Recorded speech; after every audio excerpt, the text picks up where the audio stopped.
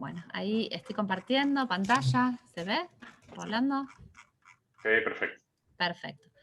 Bueno, vamos a repasar este material que tiene que ver justamente con determinados antecedentes necesarios como para poder comprender lo que implica justamente todo lo que tiene que ver con las prácticas de compliance.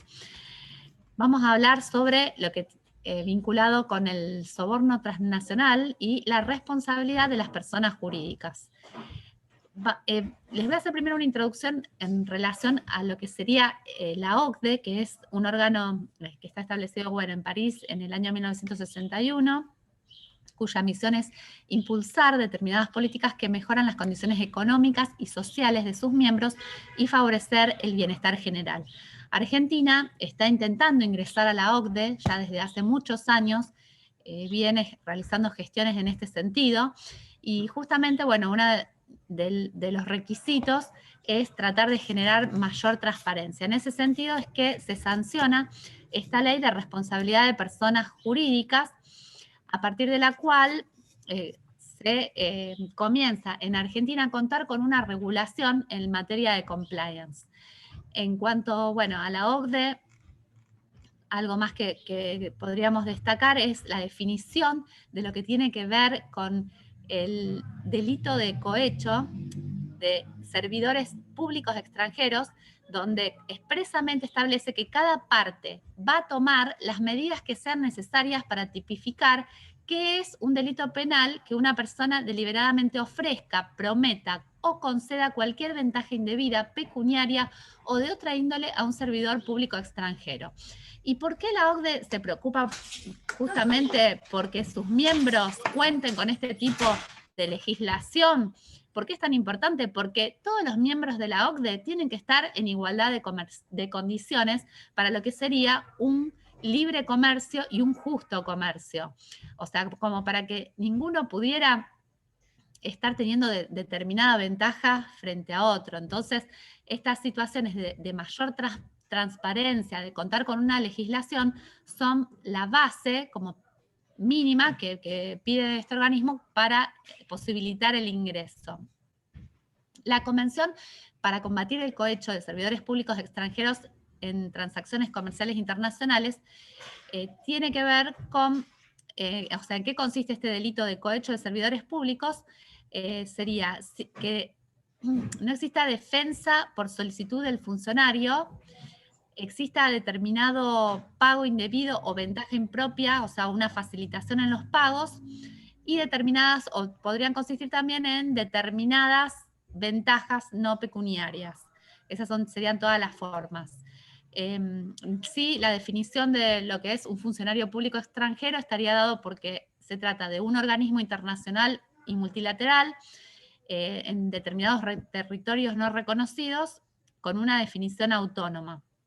En cuanto a lo que sería digamos, la tipificación de este delito, se establece en cuanto a sanciones que será reprimido con prisión de 1 a 6 años e inhabilitación especial perpetua para ejercer la función pública el que directa o indirectamente ofreciere, prometiere u otorgar indebidamente a un funcionario público de otro Estado o de una organización pública internacional, ya sea en su beneficio o de un tercero, sumas de dinero o cualquier otro objeto de valor pecuniario u otras compensaciones tales como dádivas, favores, promesas o ventajas, a cambio de que dicho funcionario realice u omita realizar un acto relacionado con el ejercicio de su función pública, justamente, o para que haga valer la influencia derivada de su cargo en un asunto vinculado a una transacción de naturaleza económica, financiera o comercial. Bueno, acá tenemos la definición nuevamente de lo que es funcionario público. Y en cuanto la Convención también establece en el artículo 2 la responsabilidad de las personas morales y dice que cada parte tomará las medidas que sean necesarias de conformidad con sus principios jurídicos para establecer la responsabilidad de las personas morales por el cohecho de un servidor público extranjero. Ahora vamos a pasar aquí a lo que establece la Convención para combatir el soborno de funcionarios públicos extranjeros en las transacciones comerciales internacionales. y nos dice que deberemos tener modelos de responsabilidad diversos, compromisos con el cumplimiento de la ley, denotar una responsabilidad por actos de terceros, que ya sean intermediarios, agentes, contratistas, poder realizar una distinción de trato entre empresas que no puede obedecer exclusivamente a la dimensión económica, observar la capacidad jurídica para perseguir por delitos en el extranjero y establecer justamente lo que termino de leer, sanciones efectivas, proporcionadas y disuasivas. Esta ley, entonces, de responsabilidad penal por delitos de corrupción se sanciona en el año 2018, es la ley 27.401, y fomenta la autoorganización empresaria orientada a la prevención de este tipo de delitos. O sea, incentiva a la colaboración empresaria en la denuncia y persecución justamente de este tipo de situaciones. Consiste en el marco de responsabilidad penal empresaria preexistente y se basa en un régimen de incentivos de cumplimiento y de colaboración. Se va a aplicar a empresas de propiedad privada o estatal por igual y a algunas asociaciones civiles. En sí, la génesis de la norma entonces establece quiénes van a ser los actores. Por un lado dijimos la empresa, por el otro los expertos y los funcionarios. Tenemos determinadas discusiones respecto en lo que hace a la ley, en lo que tiene que ver con cómo define el modelo de responsabilidad, detalla, tipifica, digamos, exactamente cuáles son los delitos alcanzados, regula y establece la intensidad de las sanciones y cuál es también lo que define como función del compliance. Aquí, por ejemplo, tenemos algunos de los delitos alcanzados, que sería el cohecho. El cohecho es dar u ofrecer dádivas a un funcionario público para que haga, retarde o deje de hacer algo relativo a sus funciones. Comprende también magistrados del Poder Judicial y del Ministerio Público. Las negociaciones incompatibles con el ejercicio de la función pública tienen que ver con que interesarse en miras de un beneficio propio o de un tercero en cualquier contrato u operación en que se intervenga por el ejercicio del cargo. En cuanto a la concusión, consiste en exigir a un particular una contraprestación indebida en nombre y a beneficio del Estado, convirtiéndola en provecho propio o de terceros. Respecto al tráfico de influencias, consistiría en dar o ofrecer dádivas a un particular para que haga valer de forma indebida su influencia ante un funcionario público, un magistrado del Poder Judicial o del Ministerio Público. El enriquecimiento ilícito de funcionarios y empleados, todos sabemos, bueno, que es enriquecerse de manera apreciable e injustificada durante el ejercicio de su función.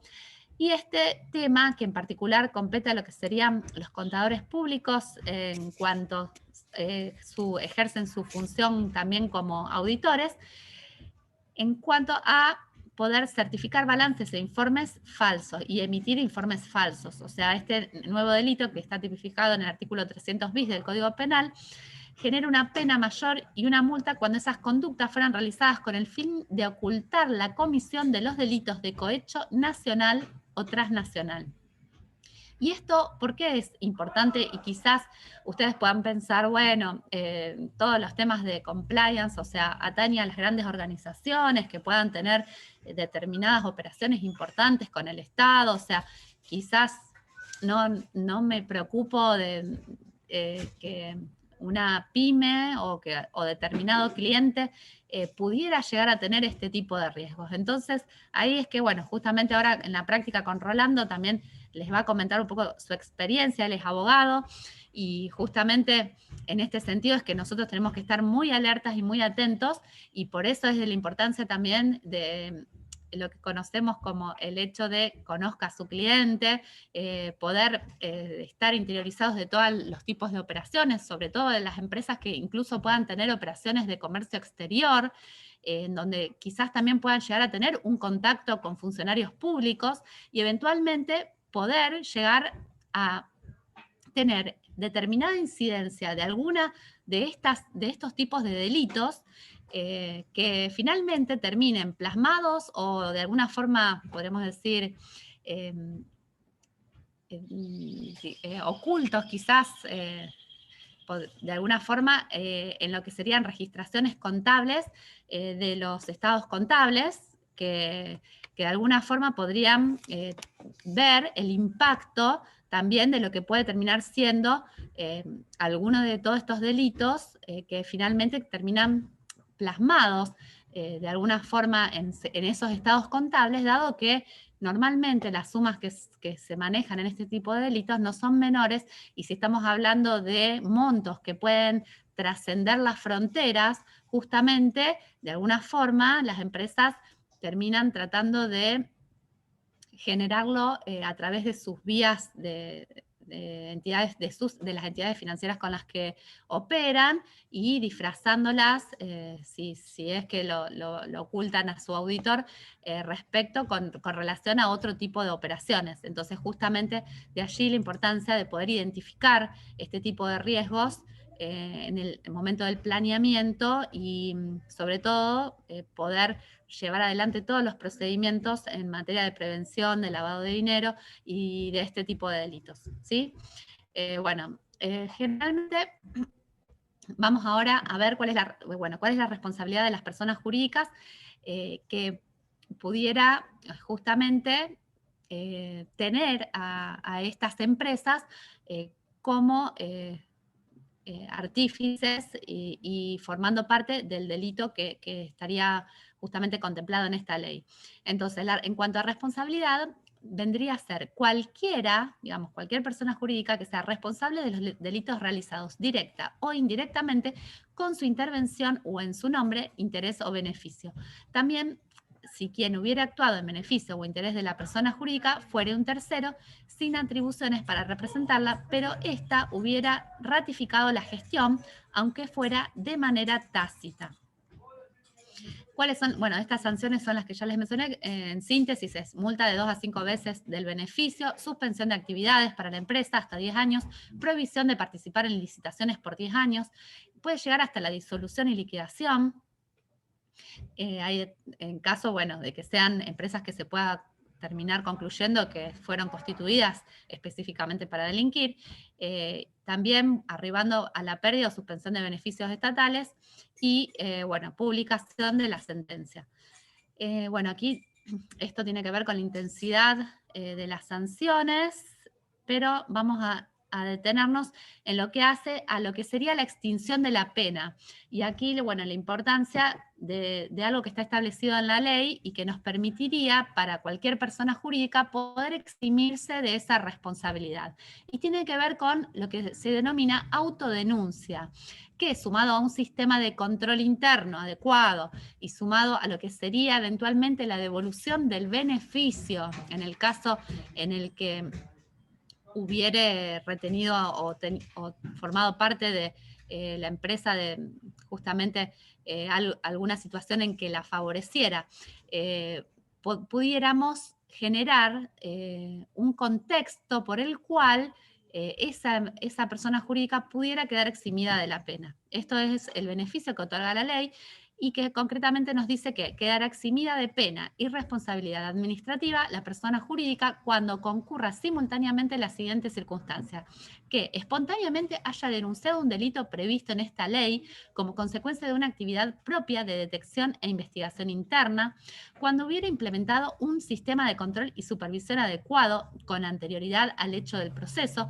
cuya violación hubiera exigido un esfuerzo de los intervinientes en la comisión del delito, y hubiere devuelto el beneficio indebido obtenido. O sea, esas situaciones. Aquí esto sería lo que se denomina también como acuerdo de colaboración eficaz. O sea, acá más concretamente se establece que un imputado puede ofrecer información de hechos, personas o recuperos de activos, y el imputado aquí acordaría con el fiscal pagar una multa de una vez el beneficio, restituir el beneficio y el producto del ilícito, realizar la tarea como una tarea comunitaria, imponer medidas disciplinarias y implementar programas de integridad. Finalmente, ya casi ahora voy a ir redondeando como para que todo lo que estamos viendo podamos pensar en un caso, cómo realmente lo llevaríamos a la práctica. Por eso la idea nuestra del taller es que todos estos conceptos ustedes lo puedan internalizar viendo justamente su aplicación concreta en un caso. Así que, en cuanto, bueno, ¿a qué significa un acuerdo de colaboración eficaz? Este acuerdo estaría conformado por un aporte de información o pruebas que haga esta organización, esta persona jurídica, por lo cual, o sea, resultaría en una multa mínima, restituir el provecho, abandonar los bienes sujetos a decomiso, poder reparar el daño, realizar un servicio comunitario, bueno, que existan determinadas medidas disciplinarias y implementar programas de integridad. Los programas de integridad que están previstos en la ley justamente tienen el fin de poder prevenir, antes del delito, determinadas situaciones que nos podrían llegar a ocasionar estas situaciones delictivas. Espérenme un segundito.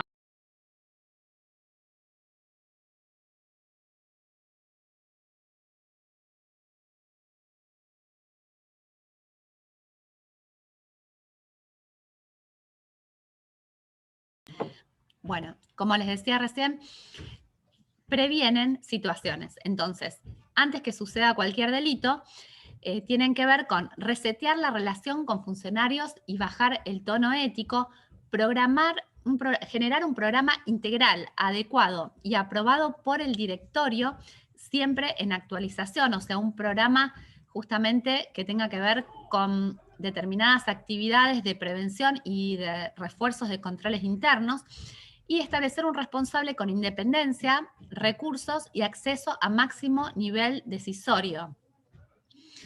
Estas serían, bueno, todas las medidas que serían preventivas de un delito. Después, el programa de integridad también prevé cuál sería la conducta de la empresa frente al delito. O sea, en el caso de detectar, ya sea por una investigación o análisis interno integral y especializado, ver cuál sería una reacción coordinada frente a determinado hecho detectado y cuál va a ser su accionar en cuanto a los frentes penal, disciplinario, civil y reputacional. Y también después hacer una evaluación de autodenuncia. O sea, cuando estamos frente a esta situación, la empresa se plantea, bueno, el delito ya está, digamos, ahora realmente si yo tengo este contexto que habíamos visto anteriormente, o sea, si tengo el contexto de poder mostrar que realmente mi sistema de control interno estaba fortalecido y la empresa se preocupaba por tomar todos los recaudos, o sea, justamente que son todas estas situaciones previas al delito y para poder evitar que suceda, eventualmente, bueno, ante una situación ya acontecida, puede generar esta evaluación de autodenuncia o mera reacción interna. Y después tenemos el Frente de Investigación Judicial, que consiste, bueno, en una investigación interna y paralela y respetuosa de garantías, generar una colaboración estratégica y una búsqueda de una reducción en cuanto a los impactos. Y, bueno, finalmente ver de algún tipo de negociación con los fiscales y búsqueda de algún acuerdo. Este sería, digamos, todo el planteo que nos permite la ley a través de estos programas de integridad. Bueno, finalmente, algunos interrogantes y posibles respuestas serían, o sea, en cuanto al alcance por monto y competencia, tenemos que está claro en contrataciones de bienes y servicios, que puede llegar se puede extender entre 50 y 30 millones y es incierto para demás regímenes. ¿En qué oportunidad es exigido? Por ejemplo, en lo que tenga que ver con determinados acuerdos viales desde cualquier tipo de contratos, por ejemplo, con una empresa que sea una UTE ganadora, y hacia el futuro en todos los regímenes desde la oferta y para cualquier participante. Cómo lo acredita la empresa va a depender de cada pliego licitatorio y teniendo en cuenta, o sea, tener la parte estratégica, contar por anticipado con una explicación del programa y los elementos y su adecuación, y cómo va a ser evaluado por el contratante va a depender de cada pliego licitatorio y el apoyo técnico al organismo contratante. Por ejemplo, Vialidad Nacional. Estos serían, bueno, los componentes de un programa de integridad básicos. Tienen que ver con que la organización cuente con un código de ética, que exista integridad en las licitaciones, o sea, era un poco lo que estaba recién comentando, o sea, respecto a cualquier acuerdo o pliegos licitatorios, cómo desenvolverse, y que también siempre exista un plan y un programa de capacitación y entrenamiento, para que cualquiera de los empleados justamente pueda generar un determinado accionar, como dijimos antes, del delito en función de situaciones de prevención, y eso, para eso es muy importante todas las acciones de capacitación que pueda llevar adelante la organización. Después también crear un apoyo visible e inequívoco de la dirección, o sea, que la dirección muestre integridad y que también lo transmita y también lo pueda mostrar en los hechos. Bueno, establecer un responsable interno, que ahora Rolando va a explicar también cuál sería su rol dentro de la organización, como su función de prevención también frente a la situación de delito, cuáles son las líneas de denuncias que puede establecer la organización, la protección de denunciantes, generar canales de investigación interna, establecer, bueno, lo que es debida diligencia de terceros o de socios, y monitoreo, bueno, evaluación continua permanentemente, estar monitoreando todas estas acciones, establecer, por ejemplo, reglamentariamente todo lo que sea posible, que bueno, por una parte va a estar ya desde el punto de vista del código de ética, y bueno, reforzarlo a través de cualquier exigencia reglamentaria, y generar siempre una permanente evaluación de riesgos. Este riesgo estaría en contacto directo con el sistema de monitoreo y evaluación continua, como para generar acciones preventivas. Entonces, en cuanto a cuál es la clave en un programa de integridad, es la de evaluar los riesgos de cumplimiento. Las guías, una guía va a estar dada por lo que sería el código de ética. Es decisivo, o sea, tener, esto es prioritario y totalmente decisivo, que es contar con el compromiso de la alta dirección, o sea, justamente era uno de los componentes. El compromiso de la dirección es crucial, y lo que es el objetivo de la cultura corporativa, también establecer una cultura respecto del compliance, y generar consignas que sean políticas y procesos, o sea, determinadas consignas, y establecer planes de acción que serían los que después, posteriormente, serían monitoreados y evaluados en forma continua y permanente. Bueno, acá esto sería como una parte estadística, donde podemos ver, por ejemplo, este es un informe de la OCDE sobre el cohecho internacional y el análisis de delito de cohecho de servidores públicos y extranjeros, y por ejemplo, se exterioriza en este gráfico cómo las autoridades encargadas de la aplicación de las leyes tuvieron conocimiento de los casos de cohecho internacional.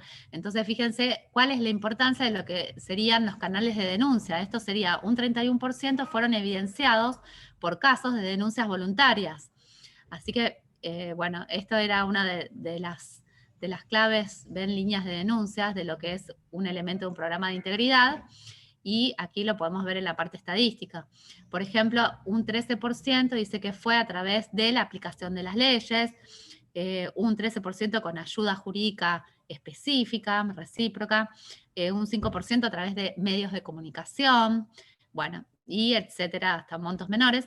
Y bueno, aquí en este gráfico, por ejemplo, lo que consulta es cómo es que las empresas que llevaron a cabo una denuncia voluntaria tuvieron conocimiento del cohecho internacional en sus transacciones comerciales. Y en un 31% fue a través de la auditoría interna.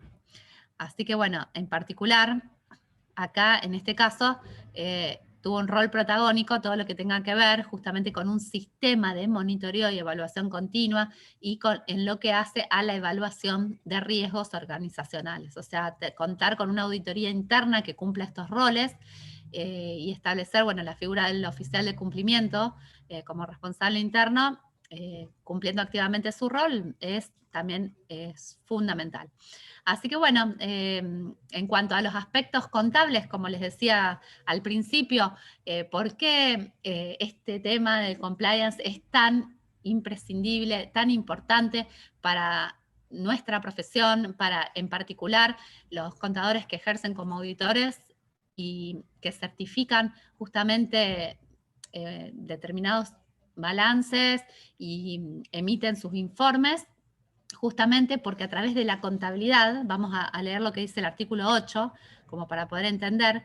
Esta, por ejemplo, es una convención para combatir el cohecho, y en el artículo 8 habla específicamente de la contabilidad y dice que para combatir de manera eficaz el cohecho de servidores públicos extranjeros, cada parte deberá tomar las medidas que sean necesarias dentro del marco de sus leyes y reglamentos respecto a mantener los libros y registros contables, divulgar estados financieros y usar normas de contabilidad y auditoría para prohibir la creación de cuentas no asentadas en libros contables, llevar una doble contabilidad o transacciones identificadas de manera inadecuada, el registro de gastos inexistentes, el registro de pasivos con identificación incorrecta de su fin, así como el uso de documentos falsos por parte de las empresas sujetas a dichas leyes y reglamentos con el propósito de sobornar a servidores públicos extranjeros o de ocultar dicho delito.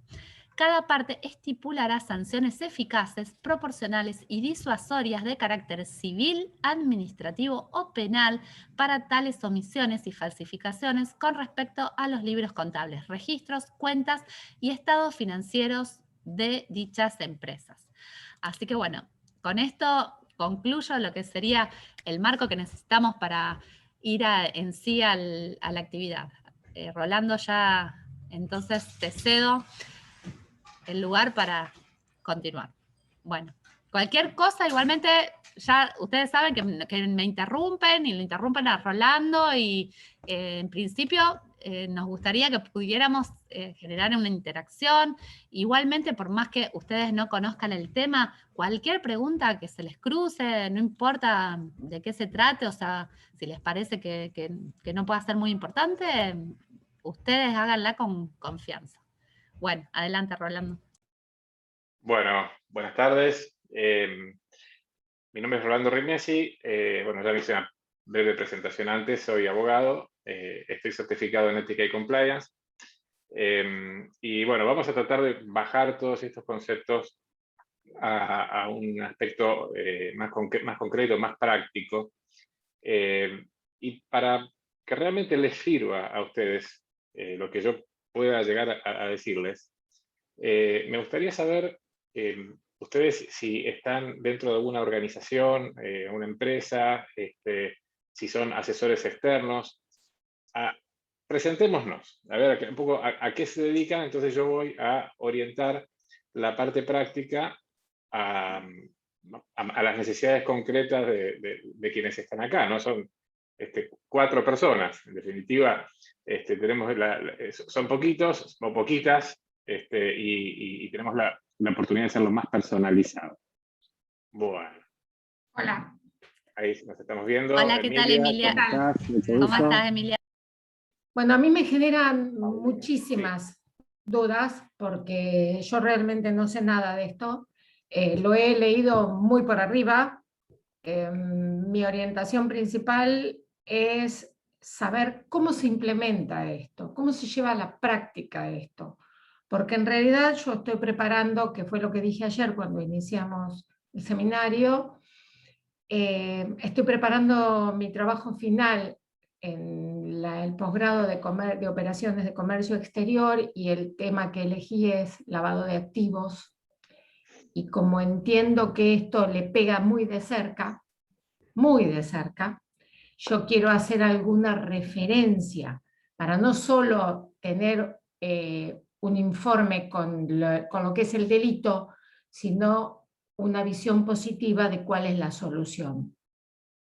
Es el enfoque que le quiero dar a mi trabajo. Por ahora estoy leyendo y no termino de leer porque la cantidad de material que hay es muy grande. Entonces estoy buscando una visión positiva de este tema.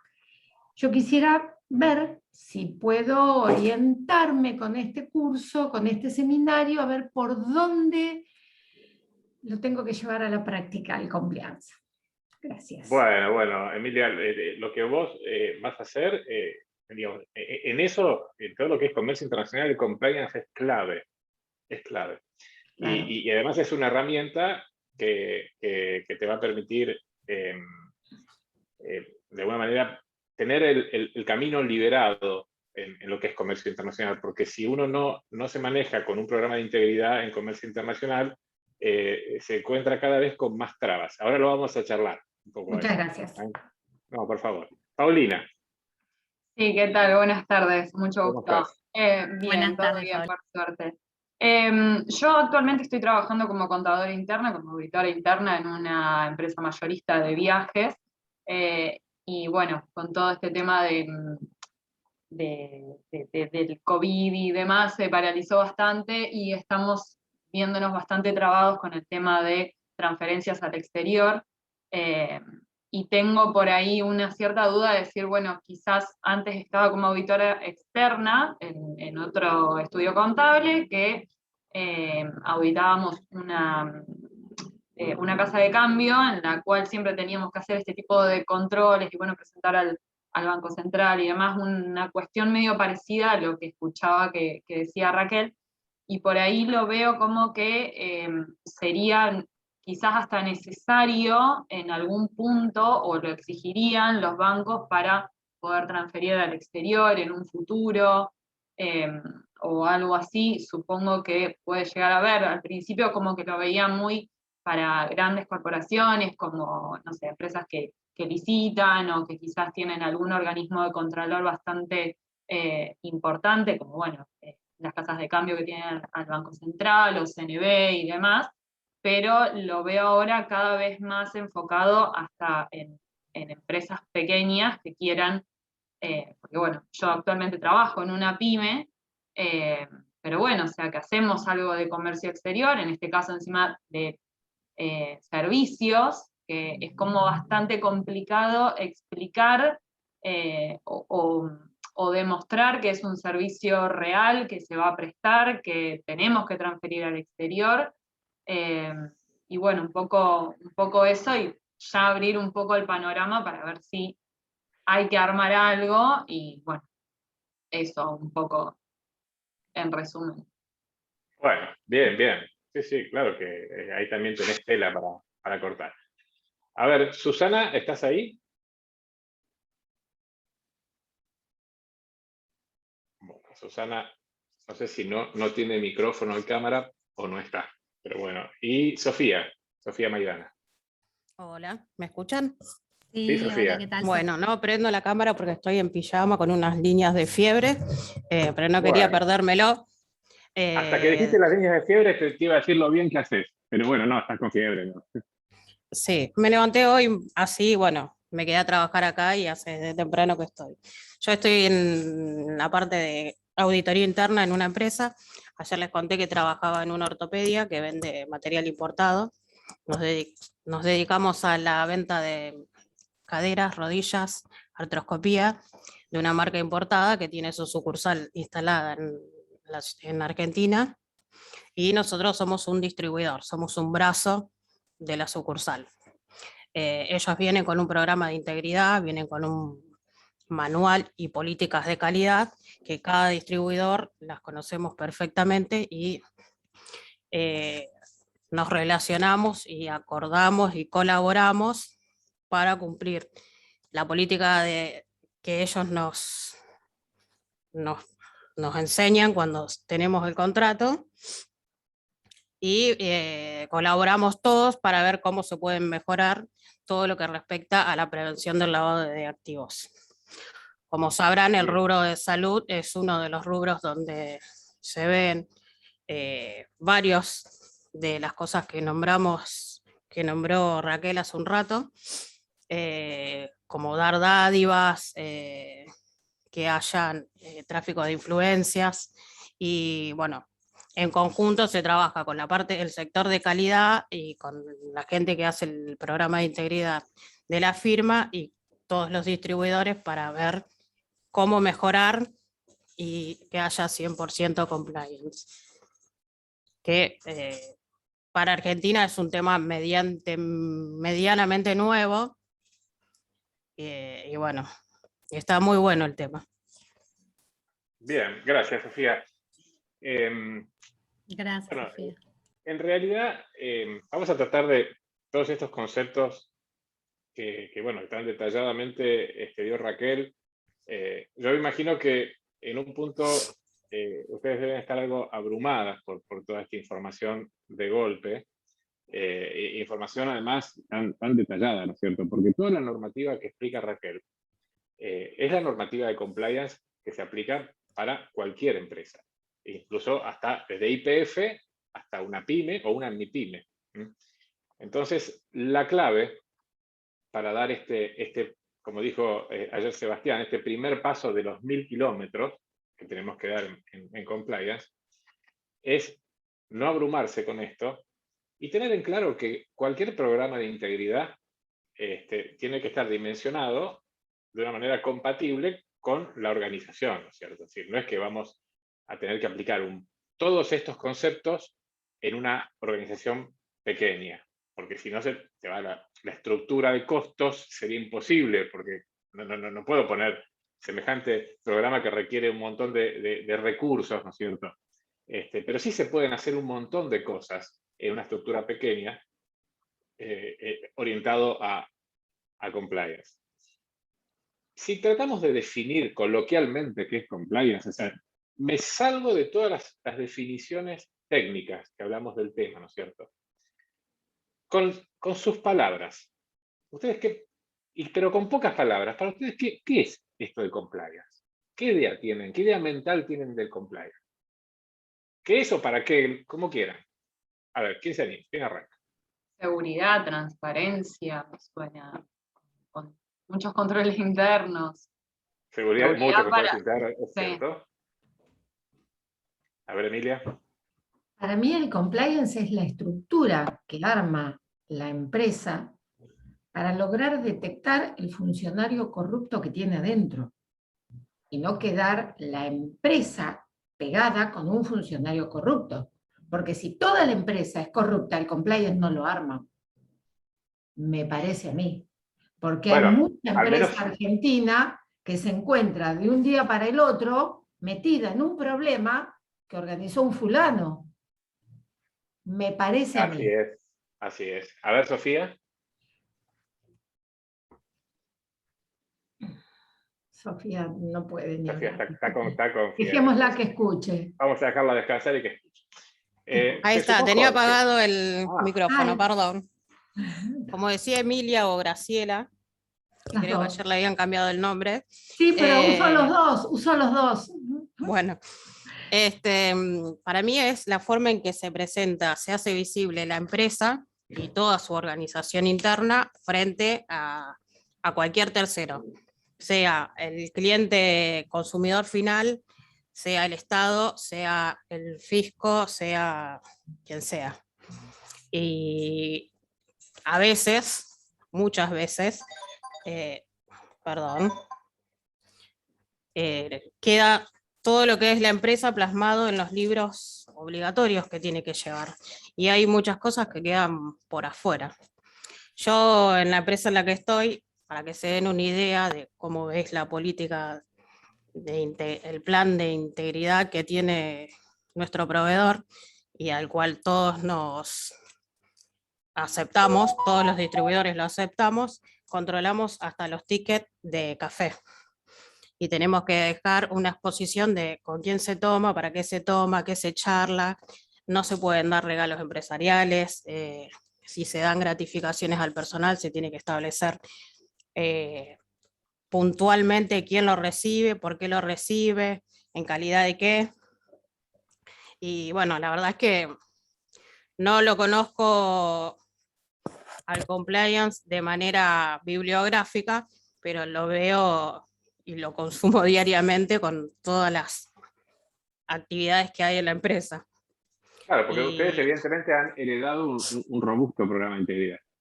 Sí, y ya te digo, al cual pertenecemos, aceptamos y colaboramos.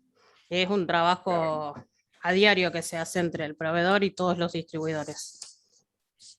Bien, bien. Bueno, Jorge, ahí no sé si dice conectar con el audio. No sé si te podés conectar, Jorge, si les escuchás. Parece que intenta, pero no debe poder. No está haciendo el intento. Bueno. vamos a, y con las limitaciones de esto de la virtualidad, ¿no? Vamos a ver un poquito, está muy bien todo lo que dijeron y todo forma parte de un programa de compliance. Les digo más, es esencial en cualquier programa de compliance todo lo que hicieron, pero cuando yo me refiero a qué es compliance, voy quizá algo un poco más filosófico. ¿Les gusta la mitología? Mazo. Bueno, pero habrán escuchado hablar de Homero, ¿no? La Ilíada, la Sí, Odisea.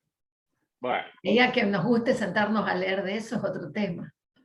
bueno, eso es compliance. Eso es compliance. Porque, a ver, ¿qué hace Homero? Homero había triunfado en Troya y tenía que hacer su viaje triunfal a Ítaca.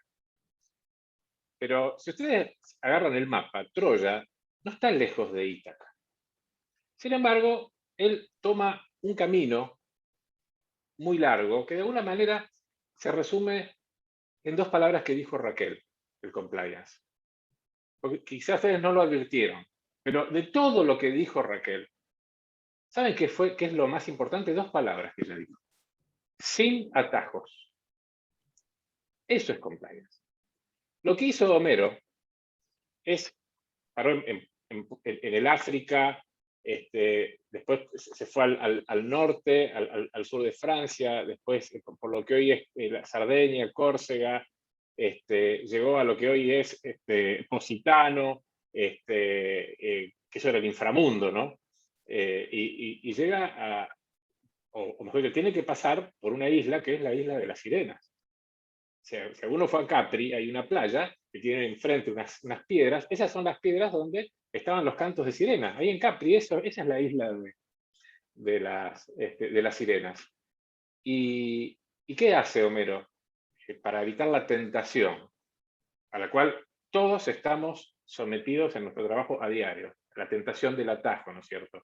¿Por qué la tentación del atajo? Porque nuestro cerebro ve nítidamente el placer instantáneo, y el resultado instantáneo, y el beneficio instantáneo. Y vemos mucho más fuera de foco y difuminado el beneficio futuro. Entonces nosotros decimos, bueno, quiero estar bárbaro, quiero estar en línea, entonces voy a ir al gimnasio, pero mirá esta hamburguesa, y me como la hamburguesa porque es riquísima, y es ese placer instantáneo, ¿no es cierto? Lo otro es vestirme para ir al gimnasio, hace frío, ir al gimnasio, pero el beneficio la tienen después las arterias, hasta en la forma que uno se ve, ¿no es cierto? Pero claro, no hay atajos para esto. Entonces, Homero, ¿qué pidió? Cuando estemos por llegar a la isla de las Sirenas, por favor, átenme al mástil y ustedes pónganse tapones de cera a los que estaban remando, porque sabían que si escuchaban los cantos de sirena, iban todos a sucumbir a las sirenas y se iban a morir todos. ¿Por qué logra Homero llegar a Ítaca? Justamente porque él se ató al mástil, pidió que si gritaba que lo desataran, lo ataran más fuerte, y los que remaban tenían tapones de cera y no escucharon los cantos de sirena. El único que lo escuchó fue Homero, pero como estaba atado, no sucumbió. No tomó un atajo y llegó a lo que era Ítaca. Y ustedes dirán, bueno, el paraíso, llegó a lo máximo. No, una porquería Ítaca. Pero lo importante es el camino. Lo importante ahí fue el camino. Y en compliance, lo importante es el cómo, no el qué.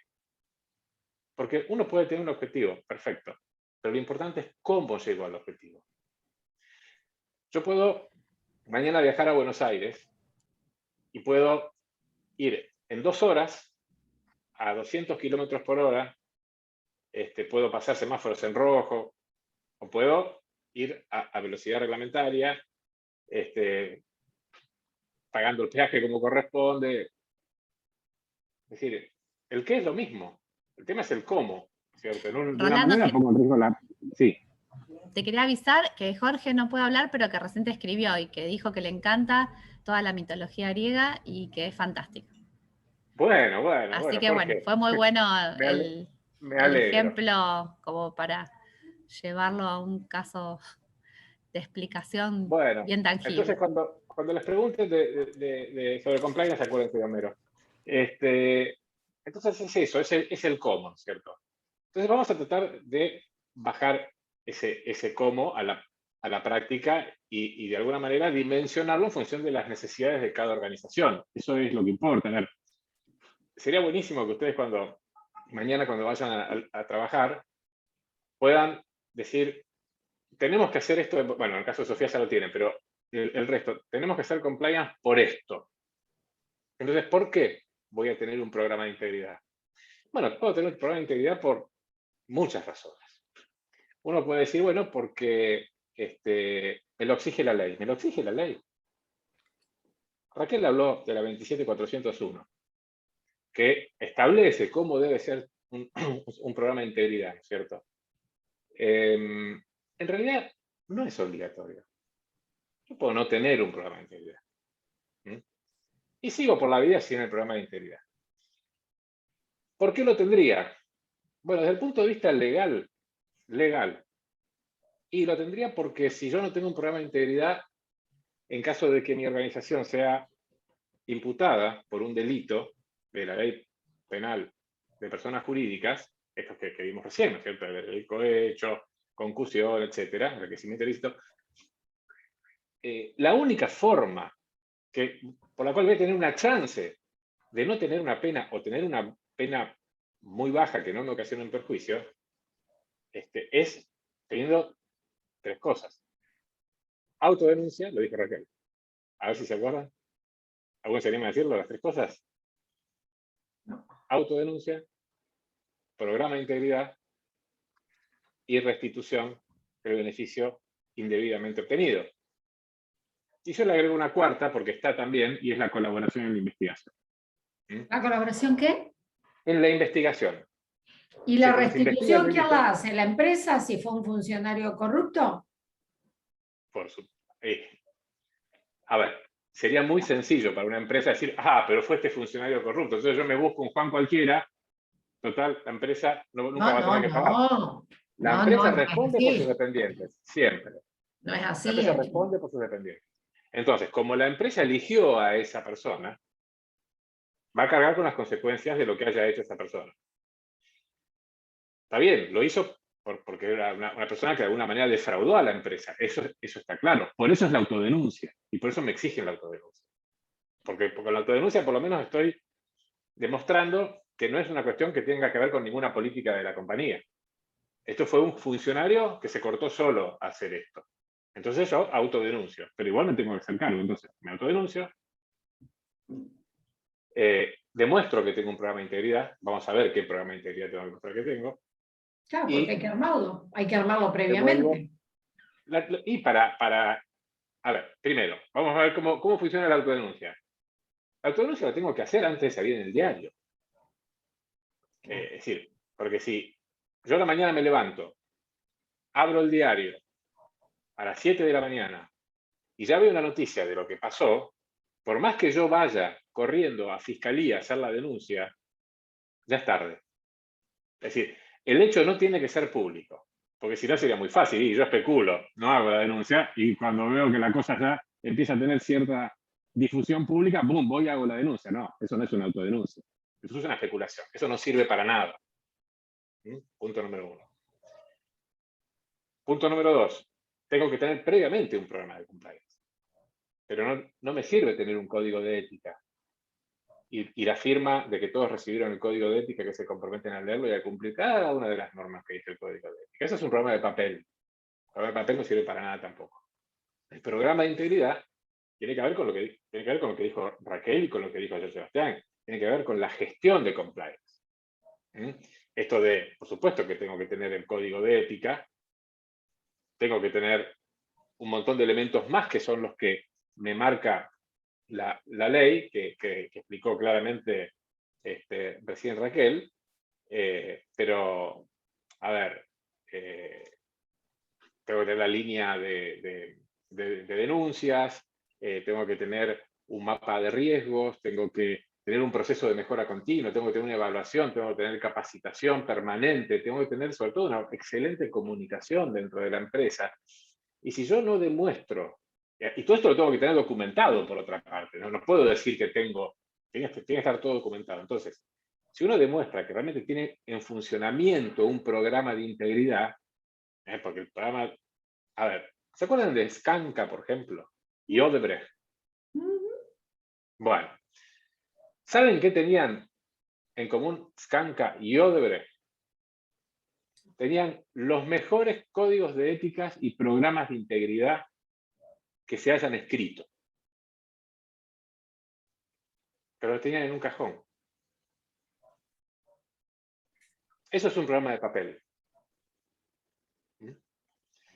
En cambio, un programa de integridad es algo vivo, es algo que está en permanente evolución, en permanente movimiento, control, detección del error, la mejora, controles cruzados permanentes. Eso es un programa de compliance. Entonces ahí ya tengo la autodenuncia y tengo el programa de integridad. Y por supuesto, Emilia, hay que devolver, la empresa tiene que devolver ese beneficio obtenido indebidamente. Después la empresa tendrá una acción de repetición contra ese funcionario. Habrá que ver qué solvencia tiene el funcionario, ¿no es cierto? No es que el funcionario Eso no es le va a otra pasar cosa, nada. pero el procedimiento es ese, la empresa se hace cargo. La empresa es la que tiene que pagar, ¿cierto? ¿Está entonces hasta ahí? Entonces, por eso tengo que tener un programa de compliance. No es obligatorio, pero si me quiero salvar, es como prevenirse de una enfermedad, ¿no es cierto? Es como una vacuna el compliance. Es la vacuna. Si yo no tengo la vacuna, me enfermo y me muero. Si tengo la vacuna, me puedo enfermar, pero la paso mejor. Eso es tener un programa de integridad. O sea que el compliance, por más que yo lo tenga implementado, si yo no detecté el empleado corrupto y lo detecta la justicia, lo detectan los entes a los que les corresponde detectar esto, no me sirve de nada. Puedo Ahí está llegar sin un a problema. atenuar la responsabilidad del resto de los funcionarios con la interna. ¿Sabes? Bueno, en ese caso, ¿sabes lo que va a evaluar el juez? Si razonablemente, por aplicación de los controles que debiste haber aplicado, eso se hubiese descubierto o no. Ah, ok, Es decir, claro. ¿Dónde está el error del procedimiento? Claro. exactamente.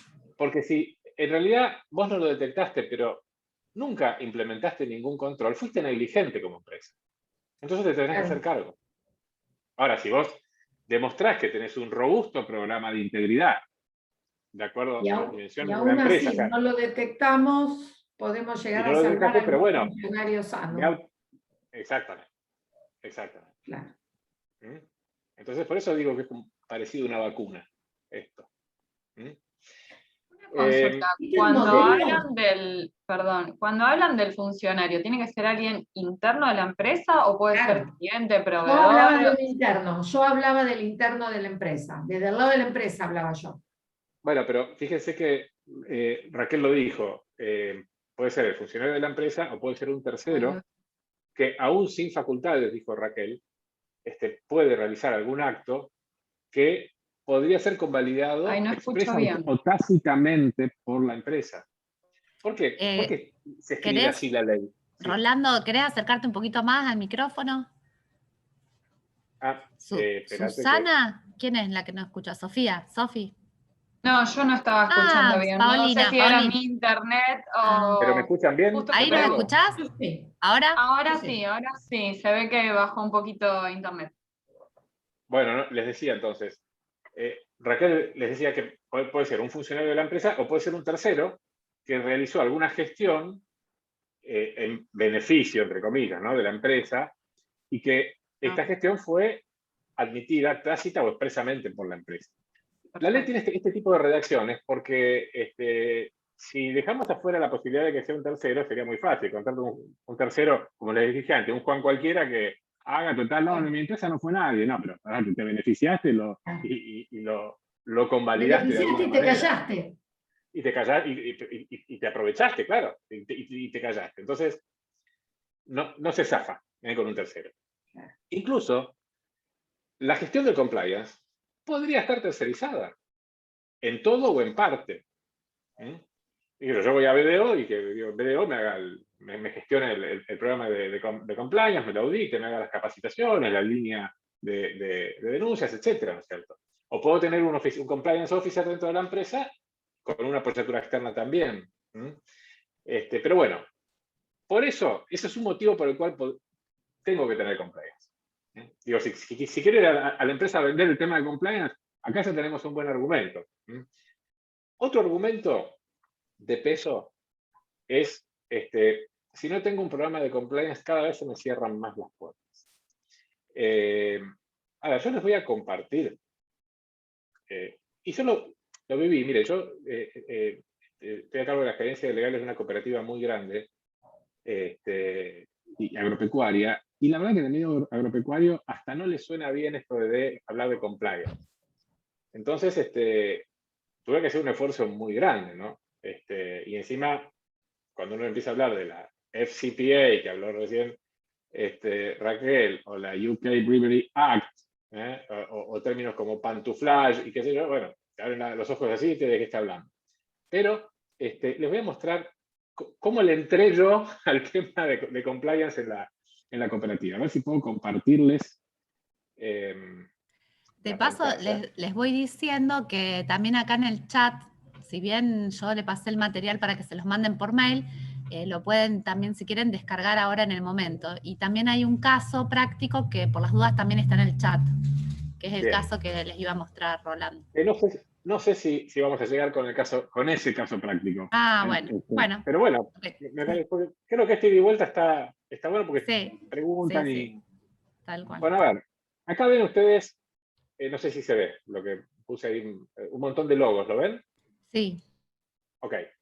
Bueno, ¿qué tienen en común todas estas organizaciones? Fíjense, acá tenemos la manzanita, acá tenemos Toyota, Amazon, Samsung, Intel, o sea, son todos monstruos, ¿no? H&M, a los que les gusta la pilcha. ¿Qué tienen en común todas estas empresas? Además de que Ferrari, además de que son grandes, ¿no? Muchísimos recursos para pagar profesionales capacitados que organicen esto. Exacto, pero tienen otra cosa. Se lo saco. Todas cuidan su reputación. Generar la reputación de una compañía la marca. lleva muchos años y muchísimo esfuerzo y muchísimos recursos. Ahora, el riesgo reputacional siempre está latente.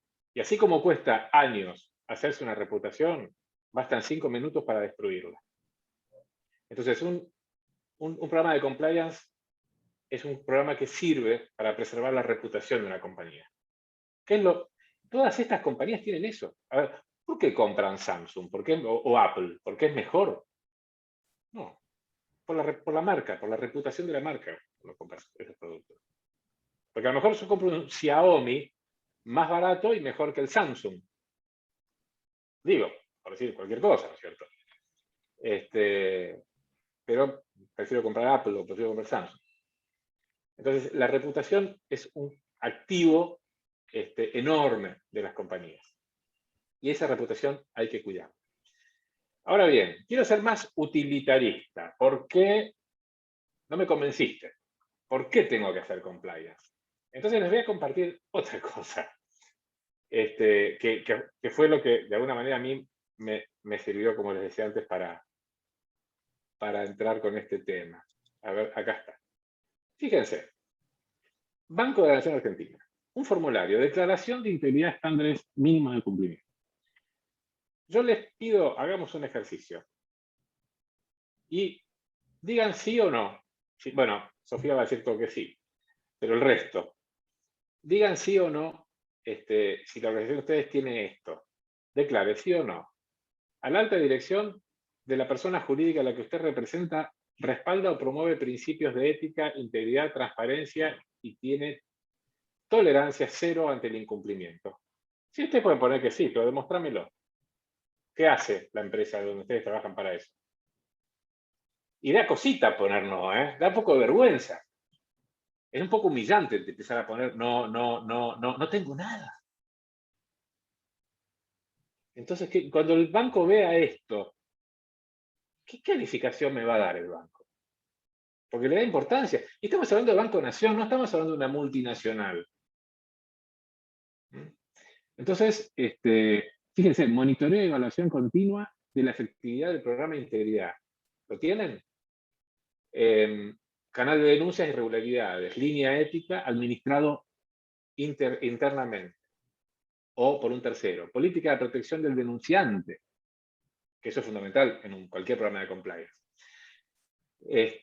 Y si yo sigo, porque esto vamos a ser muy largo, ¿no? Pero es cada vez más humillante. Si después quieren este formulario, se los paso y hagan el ejercicio. Y muéstrenselo al jefe de ustedes y van a hacer el comentario, y somos de lo peor. Necesitamos un programa de ¿Quién redacta el compliance. compliance? ¿Quién redacta el ¿Cómo? compliance para una empresa? Bueno, tiene que ser un Porque cada uno especialista lo en redacta a compliance. su manera o tenemos No. un modelo. No hay un modelo. Por eso es importante lo que dije al principio. Cada programa de compliance tiene que adaptarse a cada organización. Porque aparte tiene que ver, no es lo mismo el rubro agropecuario que el rubro turístico, que el rubro gastronómico, por ejemplo, ¿cierto? ¿Por qué? Porque cada uno se enfrenta a contingencias jurídicas y de compliance muy diferentes. Entonces, algunos tienen que hacer más énfasis en algunos riesgos y otros en otros. Pero el procedimiento es siempre el mismo. Porque ¿cómo arranco yo con un programa de compliance? Con un código de ética, ponele, sí, puedo hacer un código de ética, pero déjalo ahí. Lo más importante es empezar a hacer un análisis de riesgos. O sea, ¿qué riesgos tengo en mi compañía? Y voy a ver dos cosas de los riesgos. Es un axial, ¿no es cierto? Probabilidad de que ocurra y intensidad del daño si ocurre. O sea, el impacto. Probabilidad e impacto, las dos cosas tengo que ver. Entonces ahí armo algo que vieron ya, que es el famoso mapa de temperatura de riesgo, ¿no es cierto? Acá tengo el rojo, tengo mucho impacto y mucha probabilidad, y acá tengo poco impacto y poca probabilidad, y en el medio un montón de situaciones. Entonces, cada proceso que tengo y cada relación con un stakeholder que tengo en mi compañía, seguramente me van a confrontar con un riesgo. Entonces yo tengo que medir ese riesgo y tengo que hacer ese mapa. Y en función de eso, ahí empiezo a armar mi programa. Porque tengo que empezar a priorizar, a ver qué riesgos voy a atacar primero, qué es lo que tengo que prevenir, qué es lo que tengo que corregir. Y por supuesto, bueno, todo lo que dice la ley, ¿no es cierto? La línea de denuncias, que la tercerizo. Si me genera un problema, la tercerizo. La línea de denuncias, hay un montón de empresas que lo hacen a eso, ¿no es cierto? No me voy a complicar con cosas que no sé hacer o que no puedo hacer. Contrato un especialista para que me lleve de la mano, por lo menos para arrancar. Después el programa puede funcionar solo con algún seguimiento cada tanto tiempo, trimestral o semestral, de algún especialista que lo pueda ir viendo, bueno, hay que acomodar esto. No hay que volverse loco. Y hay que ponerse metas cumplibles, porque si uno se pone de entrada, bueno, yo quiero ser top en compliance, olvídate, no hay manera de hacer un programa. Entonces tengo que ir escalón por escalón. Bueno, quiero llegar acá. Arranco con un programa muy modesto y así voy generando, con el proceso de mejora continua, voy generando un programa cada vez más robusto. Entonces, ¿por qué también voy a elegir tener un programa de compliance? Y porque si no, no voy a poder sacar un crédito en el Banco Nación, o porque no le voy a poder vender a la empresa de Sofía, porque la empresa de Sofía les exige a sus proveedores aplicar las políticas que ellos aplican o tener por lo menos un programa de compliance equivalente. Y si miento, decime, Sofía. Seguro que eso es así. Entonces, si yo no acredito tener un programa robusto de compliance, no le voy a poder vender a la empresa de Sofía. No voy a poder contratar con ella. Entonces, y esto, la experiencia, en los últimos 3 años, cada vez se ve más y cada vez se ve en más rubros y cada vez tenés más cerradas las puertas si no tenés un programa de compliance. Y cada vez va a ser más intenso esto, cada vez se van a cerrar más las puertas. Por eso es hoy y ahora el tema de compliance. Entonces dice, sí, es algo nuevo. Sí, es algo nuevo. En definitiva, bueno, ya les di 3 argumentos, ¿no? Podríamos seguir con argumentos ya un poco más filosóficos o que tienen que ver ya con la cuestión ética. ¿Y por qué? Y porque quiero tener una cultura ética dentro de mi organización. ¿Por qué? Y porque para mí la ética es un valor. Y quiero que esto forme parte de la cultura de la compañía. Dicho sea de paso, ya lo dijo Raquel, ¿no es cierto? Para poder implementar cualquier programa de compliance, necesito tener, como se dice en la jerga, the tone from the top. O sea, el tono ético en la cabeza de la organización. Si yo no tengo el tono ético en la cabeza, si yo no logro convencer a la alta dirigencia de la importancia de esto, y que esto tiene que ser una cuestión cultural, no lo voy a poder aplicar transversalmente en la compañía. ¿Y qué les aconsejo? Que hablen con el presidente, con el gerente general, que hagan videos, que le pasen a todo el mundo videos en donde ellos se sientan comprometidos con la ética y con el programa de integridad, que cuando van a buscar un vaso de agua en un dispenser, hace un cartel que dice que esta empresa valora la ética, o no hace tal cosa, o no se admite tal cosa. Eso es comunicación de la ética. Entonces esto tiene que empapar a toda la organización. Y cada uno tiene un rol, y cada uno se compromete con ese rol. Esto es apasionante incluso cuando lo empiezan a ver y empiezan a ver cómo funciona y cómo la gente, que a lo mejor uno ni siquiera pensaba que podía engancharse con el tema, termina enganchándose porque termina dando un sentido diferente al trabajo. Porque cuando uno vincula su trabajo, más allá de que el modo de vida de uno, con una cuestión ética, uno se siente mejor como persona, porque tiene otro valor lo que uno hace, porque trasciende lo netamente comercial y lo netamente económico para uno, que es el sueldo. Y uno termina comprometiéndose más con la empresa. Ustedes no se dan idea de la cantidad de costos ocultos que hay por la falta de compromiso de la gente. Y esto genera compromiso. Y cuando hay compromiso, hay mucha más productividad. Ahí tenemos otro argumento por el cual podemos vender compliance. ¿Sí? Pero bueno, me estoy yendo por las ramas, me va a retar Raquel. O sea, por favor. No, bueno. son todas aclaraciones necesarias y importantes para considerar. Bueno. Porque justamente, o sea, después también esta concientización, o sea, es un aspecto también que tienen que ir madurando, quizás los directivos también, pero bueno, lo más importante es que justamente sean los que tomen plenamente conciencia como para poder llevar adelante todo lo necesario.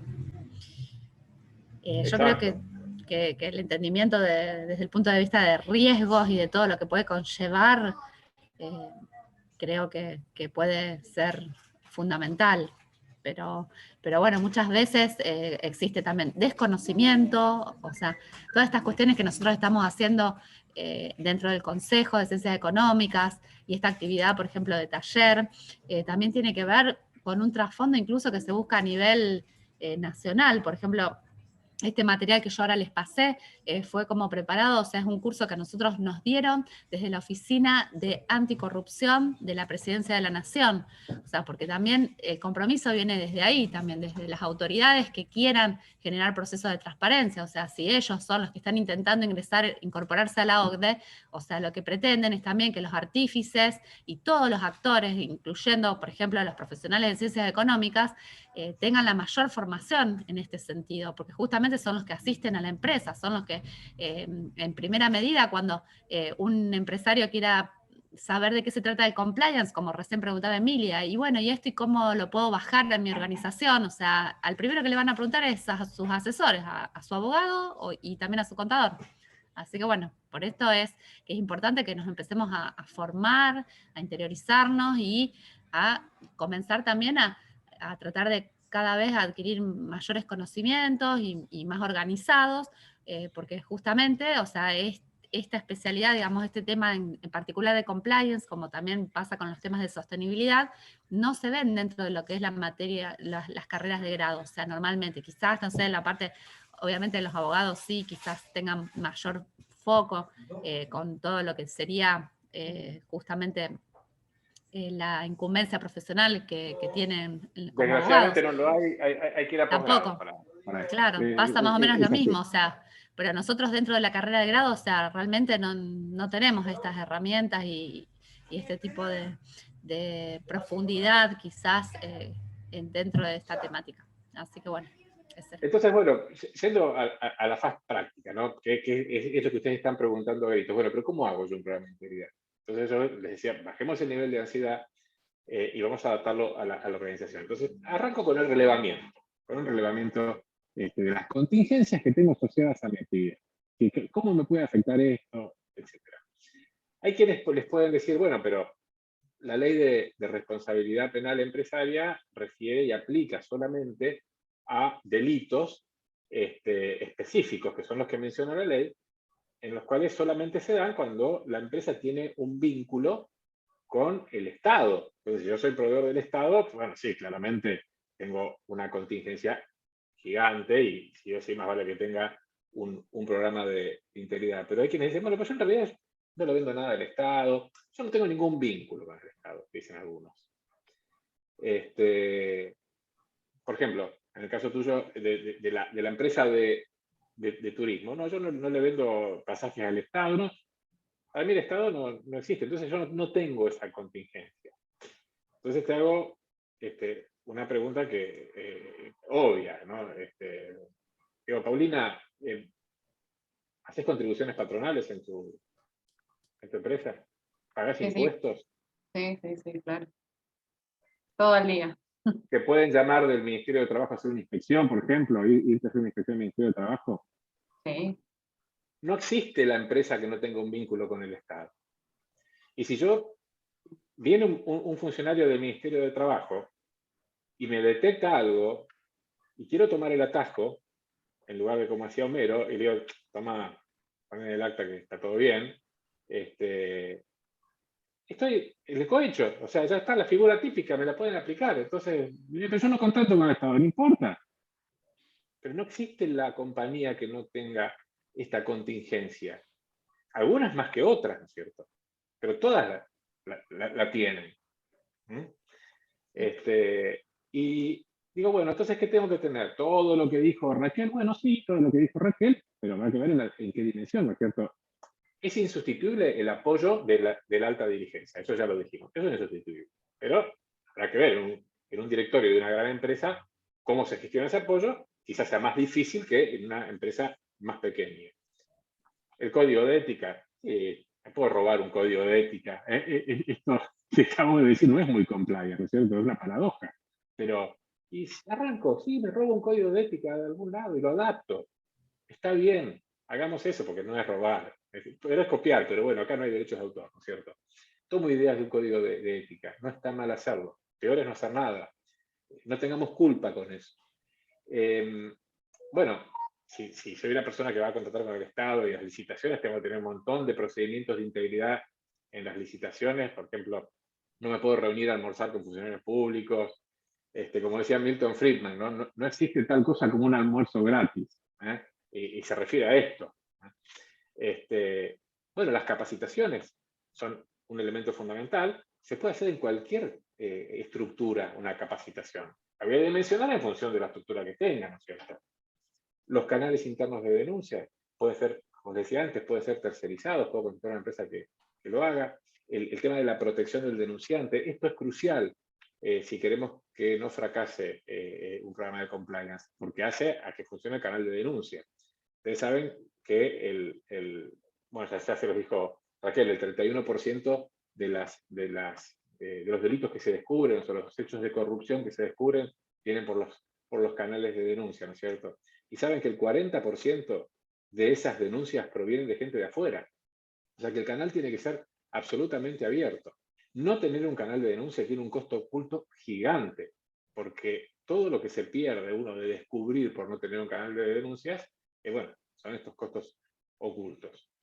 La investigación interna, uno puede tener una auditoría interna, también dimensionada a la estructura de la empresa. O sea, no es esto, tampoco genera una cuestión, qué complicado. La debida diligencia hacia terceros, bueno, cuando yo hago un contrato con un tercero, veré si le exijo por lo menos los mismos estándares que me manejo yo, ¿no es cierto? Porque han habido situaciones, incluso se han debatido en algunos tribunales internacionales de arbitraje, casos prácticos, ¿no? Una compañía que cumplía perfectamente, tenía un programa de integridad muy bien gestionado, pero una proveedora de esa compañía, de un país periférico, tenía trabajando gente de 14 años. Estaba fuera de los estándares que se habían fijado, que eran de 16 o más. Como en Argentina, la ley de contrato de trabajo era de 16 años. Esta compañía, que tenía todo muy bien gestionado, le vendía sus productos a otra gran compañía que también tenía estándares muy robustos de gestión de integridad. Entonces, esta empresa, el comprador, digamos, el cliente, le plantea un incumplimiento contractual porque el proveedor de su vendedor no tenía esos estándares en uno de los procesos. Entonces la discusión era, bueno, pero yo debía razonablemente controlar esa gestión o no. Y bueno, y sí, debía, porque yo tendría que haberle exigido, ¿no es cierto? Esto se da a nivel de grandes empresas, pero también se puede bajar, insisto, con las compatibilidades de la estructura a compañías más chicas. Y después, bueno, el tema de la existencia del responsable interno, ¿no es cierto? Que puede ser un compliance officer, o no, o puede ser alguien el asesor legal, puede que tenga alguna formación, puede serlo, la misma auditoría puede tener una suerte de subdivisión de área compliance dentro de auditoría, también con alguien que tenga alguna formación en compliance, ¿no es cierto? Pero eso es todo lo que hace falta. No hace falta más nada que eso, ni siquiera para arrancar, para ya tener funcionando un programa de compliance. ¿Eh? Hasta acá, porque yo vengo hablando a 1000 por hora, y quiero saber si, bueno, tienen alguna inquietud, duda de todo lo que estoy diciendo hasta acá, o que no están de acuerdo con algo de lo que que dije hasta ahora, ¿no es cierto? A mí me gustaría ver un modelo ¿De qué? de compliance. ¿De aplicación? ¿Querés que veamos? Escrito, ¿Podemos? a ver cómo Claro. se hace, por dónde se empieza, porque me resulta todo Empieza por el demasiado claro. reglamento. Porque, por ejemplo, yo estoy pensando, yo no lo pensé a esto para aplicar en mis clientes, sino yo lo dije para mi trabajo en mi tesis, pero me cae a la cabeza la estructura de los clientes y voy viendo que, por ejemplo, sí, a este se lo podría escribir, preparar, organizar, y cómo se controla y cómo se escribe y dónde queda sentado, que el control existió. Me parece que es grandísimo esto en la práctica. Emilia, si alguien te dice, sí, Emilia, te voy a dar un modelo que vos puedas aplicar en tu organización, es un irresponsable. No, para aplicar en mi organización no, Escrito. para ver por dónde empezar. A ver, si una organización lo armó de esta forma, ¿yo cómo lo puedo armar? Porque, a ver, yo tengo, por ejemplo, una empresa que, a ver, fabrica helados. Fabrica helados y los exporta.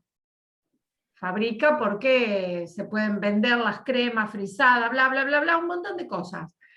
Tengo una estructura grandísima para controlar. Bueno, en el caso tuyo, que vos estás haciendo la tesis en lo que es comercio exterior, vos tenés una contingencia enorme. Y ahí sí tenés que tener gente especialista dedicada y especialista en comercio exterior. Por ejemplo, vos haces una exportación de un producto, no digo helado porque se te va a derretir en el camino, No. pero haces una herramienta, un engranaje, una Maderas. pieza, un autoparte, lo que sea. Entonces digo, yo voy a exportar esto a Arabia Saudita. Ningún problema, no está dentro de los países listados. Entonces, el flete, tenés que saber por dónde va a ir. ¿Va a tocar un puerto norteamericano? Si va a tocar un puerto norteamericano, asegúrate de que quede en Arabia Saudita y que Arabia Saudita no le venda eso después a Irán. Porque si el destinatario final es Irán, es uno de los países listados, y vas a tener el decomiso de la mercadería en el puerto de Texas cuando pare el barco. Y ustedes dicen, pero si eso no, ¿por qué? Si pasaba por ahí, no estaba destinado, no importa, es así. Entonces, me aseguro de que no pase por un puerto norteamericano si el destinatario final llega a ser Irán, aunque yo le haya vendido Arabia Saudita. Entonces dice, listo, no toco ningún puerto, zafé. No zafaste.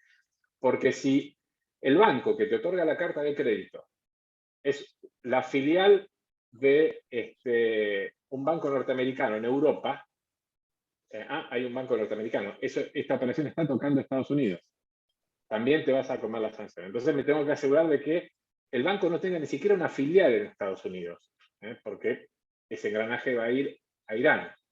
Entonces, ya está, zafé, no toco el puerto. Ninguna entidad financiera tiene una pata en Estados Unidos. Bueno, listo, mandame el invoice, sí, tantos dólares. Dólares es la moneda norteamericana. Te van a aplicar la sanción también. Entonces, el nivel de especialización que se requiere para comercio exterior, porque esto que te estoy contando es un caso real, que ocurrió.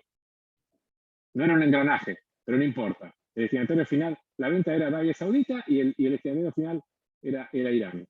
¿Y querés que te diga? La mercadería quedó en Texas, incautada. Y la empresa se comió una sanción y durante mucho tiempo no pudo venderle a un montón de países. Por un error de la persona que manejaba la parte de compliance en lo que hace al comercio internacional. Entonces, ahí ya se requiere un nivel de sofisticación que no estamos a nivel de una pyme, a lo mejor. Aunque si la pyme va a exportar, esto lo va a tener que prever también. Sí, evidentemente yo tengo que hablar de esto en mi trabajo, ¿no? Evidentemente. No me puedo correr para el costado. Me fue llevando la lectura a esto. No, porque ahí si no, es mala praxis tuya. Digamos, si vos vas a tener la responsabilidad de que la exportación sea exitosa y que la compañía no se vea perjudicada, y metés la pata en eso, porque eso sí está escrito. Entonces no hay excusa de, yo no lo sabía. ¿Mm? Ok, entendí. Es un gracias. tema importante. Bueno, claro, fíjense que yo les mencioné todos los elementos de un programa de compliance, cómo se puede bajar a una estructura pequeña, sin mayor problema. Lo importante, insisto, no caigamos en la tentación del atajo. No hagamos un programa de papel. No sirve para nada un programa de papel. Es un gasto inútil de recursos y no nos va a salvar nunca de nada. Y no nos va a permitir mejorar nuestros procesos. Porque ahí tenemos ya un cuarto argumento de por qué tener compliance, que tiene que ver con la mejora en los procesos de control, en los procesos internos, y evitar un montón de costos ocultos que si no tengo un programa de compliance no los detecto nunca. Y yo les aseguro que se paga, pero con creces, un programa de compliance. Porque si yo logro detectar, aunque sea un bajo porcentaje, pero un porcentaje, un 20% más de lo que detectaba antes, que es mucho más de un 20%, si está bien gestionado el programa de compliance, tengamos en cuenta que un acto de corrupción en una empresa,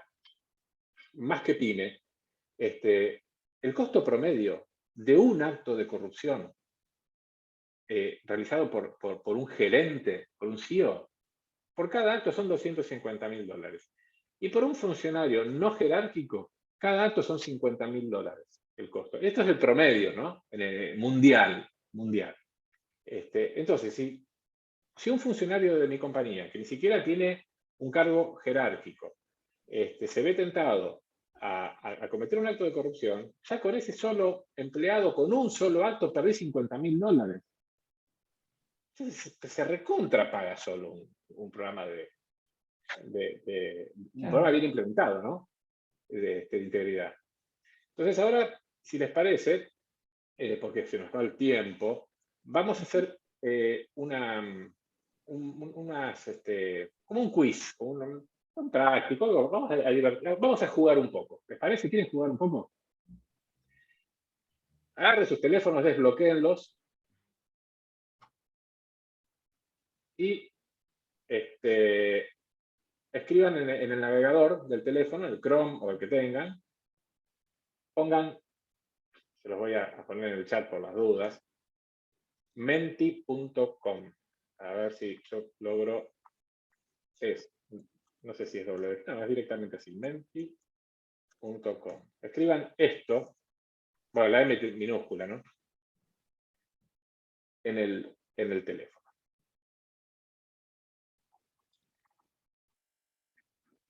Y vamos a arrancar con esto de que la tiene tan ansiosa Emilia, ¿no? ¿Cómo arranco con un programa Mira, que a mí no me lo tomó.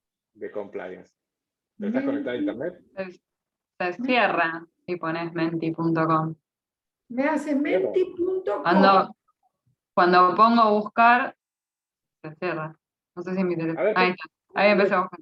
Mentimeter. A Ahí mí está. No, no. me pide un Mentimeter no. código. A mí Mentimeter me es el que pide un tengo yo. código. Sí, ya te va, exacto, te voy a pedir un código. Sí, un código. Ah, perfecto. Vale. Un código me Bien. da. Bueno, ahora se los escribo. Esperen que tengo que ir y venir. 21 73 52. Lo voy a escribir acá. 21 73 52. Enter. Sí. Enter, buscar o qué sé yo, sí. Submit. Real. Submit. ¿Qué tan probable, qué tan grave? Actos de corrupción. Bueno, fíjense.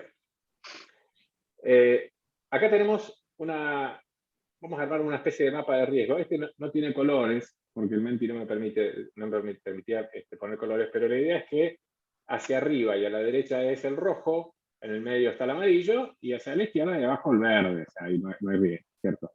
Entonces ustedes, cada uno de estas cuestiones, bájenla a su organización y díganme qué tan probable es que ocurra un acto de corrupción, ¿no? Y si ocurre, qué tan grave es.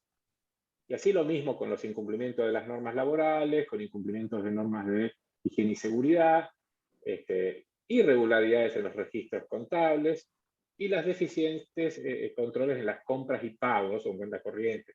Lo que Permiso, ustedes, Rolando, una pregunta. Sí, todas las que Pero quieran. acá en Argentina hay un estándar más o menos que va en todas las empresas, me parece. ¿Hay un estándar, perdón? Que se cortó. Que es algo generalizado en todas las empresas, mayor o menor medida, en estos países. Sí, pero también depende mucho de la actividad. Porque, por ejemplo, si yo tengo una empresa de servicios que solo tienen empleados administrativos, no va a tener la misma incidencia el tema de higiene y seguridad que en una constructora. Claro, Por eso sí, digo, sí. esto va a medida de cada organización. Es cierto, Justamente es cierto. eso es lo que le quiero demostrar, que no hay un estándar en esto. Es decir, cada programa de integridad tiene que estar adaptado cada organización es única aparte. Pero hay un Porque común hay cuestiones de idiosincrasia también, ¿no? Porque yo puedo tener un área contable experta en mi compañía, entonces tengo muy bajo riesgo de que haya irregularidades en los registros contables, o errores por lo menos. O puedo tener una compañía donde se jubiló el contador, vino un contador nuevo, recién recibido, y el pobrecito está aprendiendo. Entonces también me tiene un riesgo muy diferente en un caso y en otro. Mire, yo, permiso, doctor, Pero sí, por favor. más o menos lo tengo bastante bien estudiado porque terminé de cursar el doctorado en economía. Y ese es un tema mío de la tesis, más o menos, digamos, es una parte. Entonces, más o menos visto lo tenés entonces. Sí, bastante. Sí. Bastante profundamente. Y para mí hay una idiosincrasia especial a donde hay una base y un conjunto conductual de comportamiento que es generalizado en estos países. Esta es una de las causas por las cuales anda todo tan mal. Esa es mi humilde opinión. Bien. Fíjese, acá tengo, y te agradezco la opinión, Jorge. No sé, hasta ahora uno solo votó. De ¿Se todos puede los que... enviar? ¿Lo enviamos? Sí, claro. Yo me quedé Tengo un esperando. problema, porque nosotros con todas las políticas de calidad, las normas de ANMAT, el programa de integridad que nos hace conocer nuestro proveedor y el cual tenemos que cumplir y ejercerlo para el resto del entorno, estarían todos en cero. No tendría un alto impacto que ocurriera. Poné cero. Bueno, en realidad si ocurriera, el impacto sí quizás sea grande. O sea, quizás cero es la probabilidad de que ocurra. Claro. Por el sistema de gestión de integridad que tienen ustedes.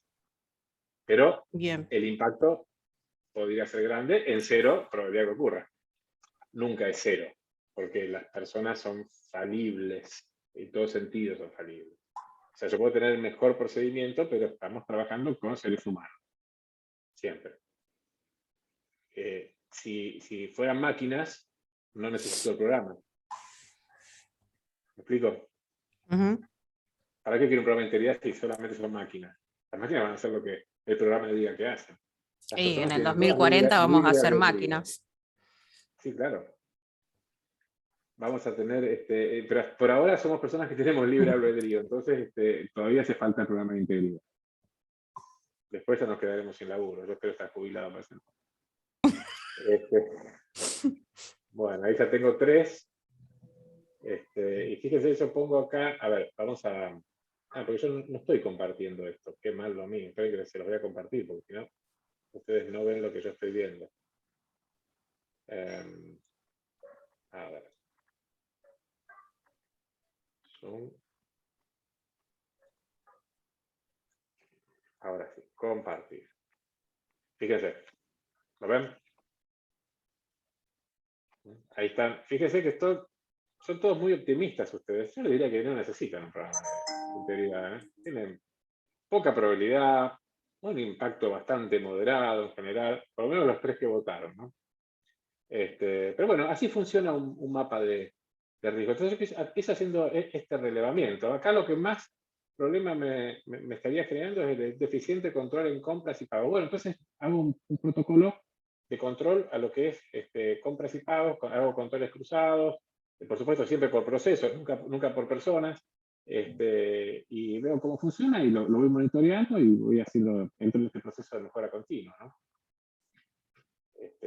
Fíjense acá, alguno dijo que es muy poco probable esta filosofía, ahí a la izquierda, y otro dijo que es muy probable que ocurra, ¿no es cierto? Ahí a la derecha. Pero bueno, se dan cuenta cómo funciona esto, ¿no? Fíjense, qué distintos criterios, ¿no? Que hay. Totalmente distintos los criterios. Claro, por eso me da un promedio así. No, no me parece que sea una cuestión, a mí me parece que esto es una cuestión de apreciación del sujeto en el que estamos pensando cuando lo haces. Porque en una de esas, a la misma situación la evaluamos diferente porque la empresa en la que estamos pensando es diferente. Ah, sí, claro. Se me ocurre. Sí, sí. Pero esto abona lo que estamos diciendo, que los programas de integridad enlatados no entran. No entran. Bueno, esto entonces, bastante bien. Vamos con otra, a ver. A ver si yo... Seguimos con los teléfonos, ¿eh? Esperen que yo tengo que ahora pasar otro slide. Bien. Y ahora se los voy a compartir. Ahora se los voy a compartir en pantalla completa. Lo voy aprendiendo a medida que... No, esperen que compartí lo que no era. Voy aprendiendo mal. Ahí está. Compartir.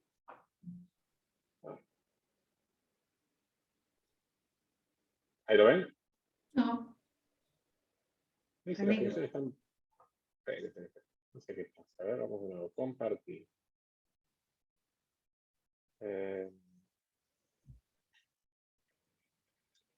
Ahora sí. ¿Ahora se ve? sí. Bien. Fíjense en el teléfono. Esto es para ustedes, ¿no? A ver, ¿qué ven ustedes más importante dentro de un programa de integridad? Y esto también va a variar según la organización.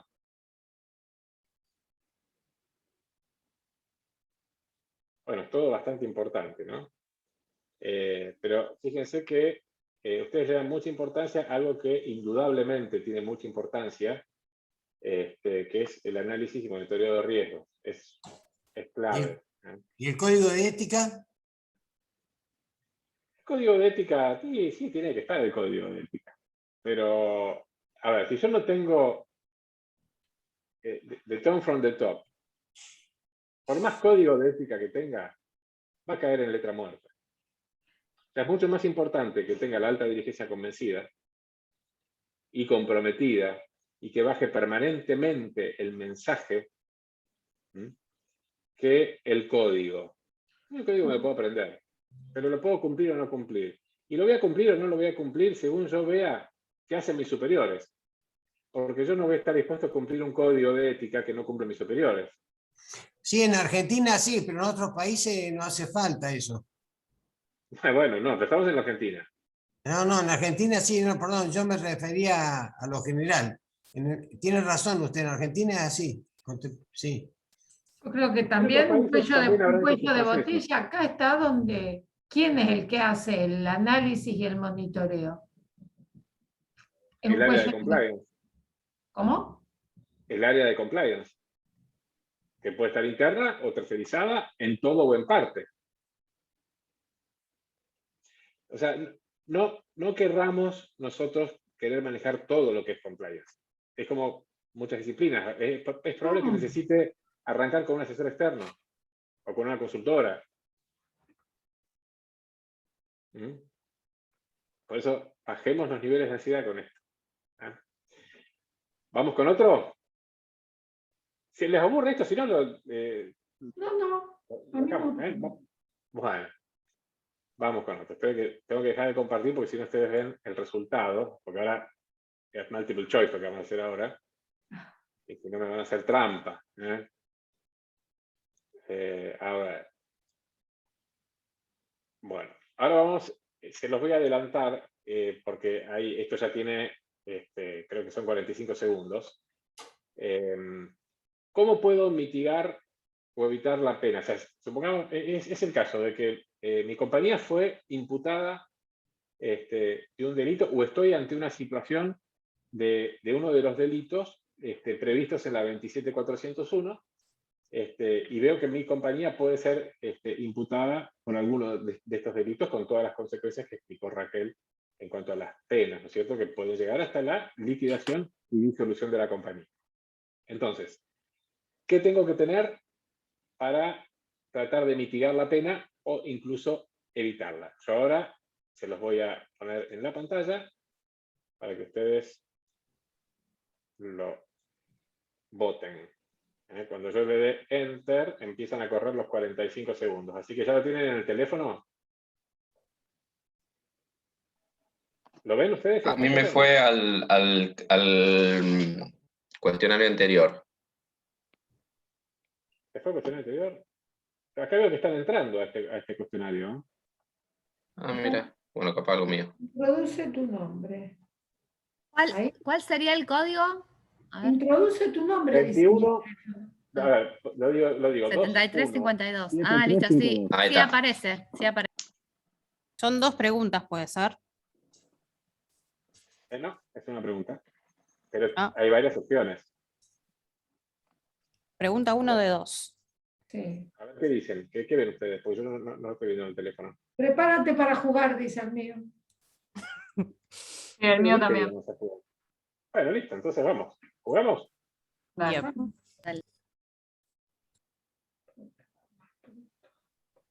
¿Puedo Ahí está. mitigar la pena? No.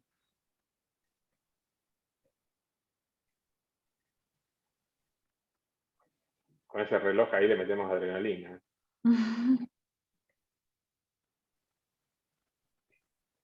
Yo no veo los resultados hasta que se termine el tiempo. Así que voten 27 segundos. Todos votaron. Ahí está. Muy bien. Muy bien. Tenemos 4 de 5. Claro, tengo que tener todo, tengo que tener las 3 cosas. Porque basta que me falte una de las cosas porque se lo digo en estos términos, falta que baste una sola de los elementos para que el juez se vea impedido de evitarme la pena. Porque es lo que la ley manda.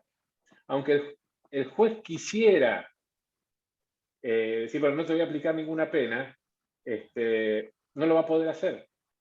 Porque sería una sentencia ilegal. Se podrá aplicar la pena más baja, está bien, pero para no aplicar pena, tiene que haber las tres cosas. Puedo tener las tres cosas, y así todo, el juez puede aplicarme la pena, porque considera que se me está obligado a no aplicarme la pena si tengo todo. Va a evaluar un montón de cosas, va a evaluar cómo me comporté antes, cómo me comporté después, cómo colaboré con la investigación, si realmente devolví todo lo que percibí o me oculté algo de ese beneficio indebido.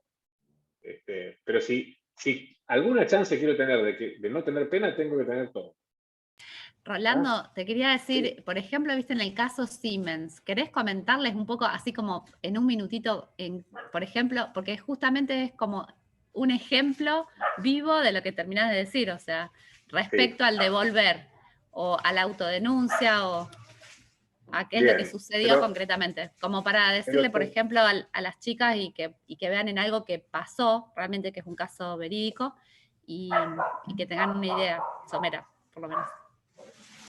Bien, bien, bien. Sí, porque el último slide lo podemos dejar, si no hay tiempo, no pasa nada. Bueno, el caso Siemens es un caso que arranca en el año 96, muy resonado. ¿Se acuerdan del tema de los DNI?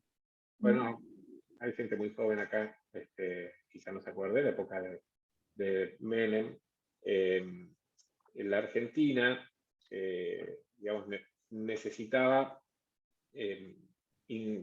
bueno, estar insertado en el mundo, demostrar que realmente estaba haciendo algo como para combatir el terrorismo. Y bueno, le exigían tener informatizadas las fronteras, los padrones, lo cual implicaba tener que hacer todos los DNI nuevos. Entonces, había habido unos años antes una oferta de una compañía francesa para hacer todos los DNI de la Argentina, que costaba más o menos $7 cada DNI. Y bueno, se abre una licitación en la cual se dispone que una misma empresa iba a hacer las tres cosas. Iba a hacer los DNI, iba a hacer los padrones, y ¿cómo es? La informatización bueno, el uso fronterizo y demás. Pero ¿qué pasaba? El presupuesto era 1.300 millones de dólares. 900 millones de dólares estaban asignados a los DNI. A ver, el negocio estaba en los DNI. Intentó hacerse una adjudicación directa, no se pudo hacer, y se abre una licitación. Se presenta Siemens y se presentan dos empresas más. Esas otras dos empresas estaban controladas por SOCMA. Fíjese acá, hay un caso de, digamos, no de concusión, sino de colusión, ¿cierto? Que es otra conducta corrupta, es cuando se ponen de acuerdo dos compañías para tratar de subir el precio o asegurarse de ganar una licitación. En este caso eran dos compañías que eran la misma persona, era SOCMA, Correo Argentino. Bueno, se los voy a resumir porque muchos ribetes el tema. Bueno, hay algunas impugnaciones de algunos socios, incluso de algunas de las empresas. Las empresas, ninguna se impugnaba con ninguna, pero uno de los socios de una de las empresas, que era Malan System, que era una empresa israelí, hizo una impugnación y la justicia dijo que no estaba legitimada para hacerlo porque el que tenía que hacerlo era el grupo que se había presentado. Entonces, no. Y era raro que no hubiese impugnaciones. Claramente era un caso en donde Siemens y las otras dos empresas iban a repartir el negocio. Tan es así que Siemens tenía una empresa propia que iba a hacer la distribución de los DNI, pero al ganar la licitación decide dárselo a Correo Argentino, SOCMA. O sea, no había ninguna duda que esto era, estaban todos de acuerdo y claramente había una colusión, ¿cierto? En el interín, bueno, en aquel momento, el ministro de Justicia, Rodolfo Barra, y Hugo Franco estaban en Migraciones, bueno, renuncian los dos sus cargos, se ponen en el estudio jurídico y pasan a ser asesores de Siemens, justamente en este tema de la licitación. Eso se llama pantouflage, es en francés de pantufla. Es como, digamos, cuando una persona que tiene un cargo público muy influyente, luego pasa a la actividad privada y conserva todos los contactos, entonces asesora a alguien que tiene que, bueno, en este caso, como Siemens estaba en una licitación. Bueno, termina finalmente ganando la licitación, viene la crisis, viene el gobierno de la alianza, pide la renegociación de los contratos, Siemens no lo acepta. Todo esto Siemens había pasado $30, me había olvidado, $30 por DNI contra 7 que había pasado para César, ¿no? O sea, es realmente un negocio. Una pequeña diferencia. Sí, una pequeña diferencia. Y bueno, finalmente le piden que abra la estructura de costos. Siemens no lo acepta esto. El gobierno de Alemania empieza a presionar a Argentina para que no hostigue más a Siemens. En la crisis del 2001 teníamos que refinanciar con el FMI. Alemania tiene una posición muy fuerte en el FMI. Entonces, si Argentina no le daba una mano a Siemens en esto, no le daba voto favorable en el FMI Alemania. Realmente una situación de muchísima presión. Finalmente no se arregla con Siemens, terminamos defaulteando nosotros, ¿se acuerdan, no? Y no vamos a pagar la deuda externa. Bueno, todo tiene que ver con todo. Y bueno, finalmente Siemens hace un reclamo a la Argentina por $600 millones por incumplimiento. Pero ¿qué pasó? En el interín, Siemens decide cotizar en la bolsa de Nueva York. FCPA se le aplicaba a Siemens. Claro, la cantidad de sobornos que había habido en toda en ese proceso, que fue muy largo, fue del 96, estamos ya en el 2001, ¿no es cierto? Claro, justamente, cuando la FCPA busca el delito de sobornar a un funcionario extranjero, y estos querían cotizar en la bolsa de Nueva York, ¿qué análisis hacen? Casi un apalancamiento lo que hace Siemens. Dice, a ver, yo no me voy a perder los negocios que puedo tener en Estados Unidos cotizando en la bolsa norteamericana por los negocios que puedo perder en países periféricos como en la Argentina. Entonces, Siemens encarga a un estudio jurídico de Nueva York que la investigue a sí misma, que se haga investigar a sí misma para ver qué actos de corrupción hubo en el extranjero, y aparecen varios países, no solamente la Argentina, pero bueno, en la Argentina digamos, hay documentación que dice tantos millones de dólares Carlos Menem, tantos millones de dólares Carlos Corach, tantos millones de dólares Hugo Franco, algún millón de dólares a la alianza, pero no dicen a quiénes de la alianza. Y había unos intermediarios, todo esto es público, por eso yo doy nombres, ¿no? Salió en los diarios. Un rosarino, Carlos Sergi, era intermediario allí entre Siemens y el gobierno, que termina extorsionando a Siemens y le piden que les pague consultoría, porque ¿qué hacían? Ellos manejaban, sacaban la plata de Siemens para pagarle a los funcionarios corruptos de la Argentina. ¿Cómo hacían? Tenían una consultora, le facturaban a Siemens servicios que nunca habían prestado. Entonces Siemens le pagaba a esta consultora, Carlos Sergi iba y repartía la plata entre los funcionarios de Argentina, ¿no es cierto? Así se configuraba el soborno. Y bueno, todo eso fue descubierto. Siemens hace esta autodenuncia, y bueno, termina negociando con la Reserva Federal una multa de $800 millones por todas estas picardías, ¿no? que había cometido en estos países periféricos, en los que estábamos nosotros. Era nada, eran monedas, si lo comparaban con el negocio que se perdían si no entraban en la bolsa de Nueva York. Y bueno, y así fue. Hubo autodenuncia, en aquel momento ya tenía Siemens un programa de integridad, que se ve que muy bien no funcionaba por estas latitudes, pero Tal cual. lo tenía, y bueno, y devolvió lo que la Reserva Federal dijo que tenía que devolver, y así sigue Siemens. Fíjese cómo aplica todo esto que que hablamos en un caso de la vida real, ¿no es cierto? Que terminó siendo muy doloroso para nosotros.